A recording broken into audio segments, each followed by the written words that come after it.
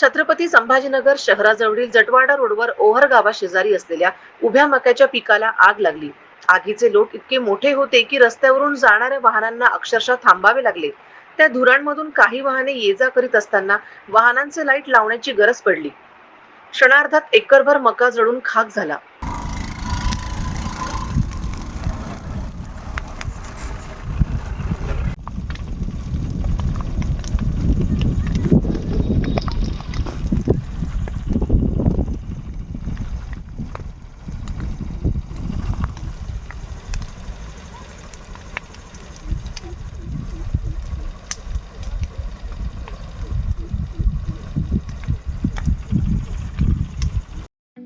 ठळक घडामोडींसाठी देशोन्नती न्यूज चॅनलला सबस्क्राइब करा आणि बेल आयकॉन प्रेस करा। मुंबई, पुणे, नागपूर, मराठवाडा असो का विदर्भ, राजकीय, सामाजिक, शैक्षणिक क्षेत्र असो का क्रीडा, सर्वच घडामोडीचे विश्लेषण पाहायला विसरू नका।